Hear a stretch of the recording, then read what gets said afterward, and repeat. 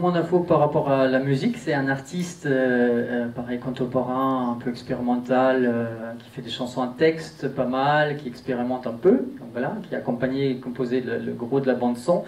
Il y a du jazz à un moment, etc. Ça c'est une contribution de Correda pour relancer un peu le rythme, il aime bien. Oui, la femme dans le cinéma mondial et surtout japonais. Mesdames, je m'excuse pour tout le tort qu'on a pu vous faire. Je suis en train de lire un livre sur la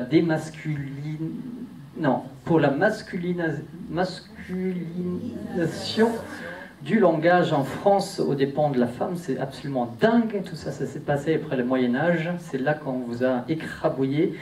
Je m'en excuse au nom des hommes français. Donc, en fait, il y a peu de rôles de femmes fortes au Japon, ou alors c'est assez cliché, un peu à l'américaine. On va voir la Linda Hamilton de Terminator qui sort ses biceps, ou la Ripley dans Alien, donc la femme forte, etc., qui prend des armes, qui prend des poses de mec pour dégommer l'alien. Ça on a.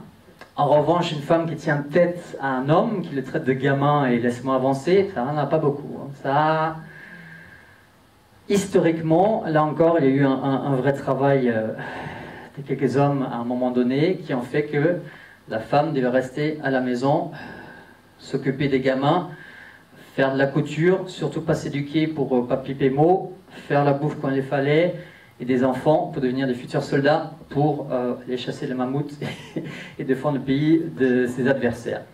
Je dis un peu n'importe quoi là, mais vous voyez où je veux en venir. Ça c'est extrêmement fort encore jusqu'à aujourd'hui, où la femme est entièrement dévouée à l'homme. Elle a accès aux études, elle peut commencer à intégrer le monde du travail, mais du moment qu'elle fait un enfant, sa place est à la maison. Et elle doit éduquer l'enfant jusqu'à ce que lui puisse aller faire des études, etc. Donc 20 ans. Et après, elle peut réintégrer le monde professionnel pour faire caissière à peu près, parce que qui veut encore employer une femme à 50 ans pour faire une carrière.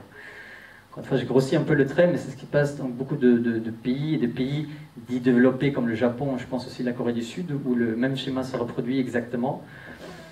Donc cette image est évidemment véhiculée par un outil cinématographique quasiment de propagande comme le cinéma, où on va montrer que le rôle de la femme, c'est de rester à la maison ou d'appuyer, soutenir son mari, et même s'il fait des conneries et qu'il dépense tout son argent en jeux d'hasard, etc., elle va lui faire la morale pour qu'il revienne et qu'il y ait un happy end à la fin. Donc voir un film comme Après la tempête,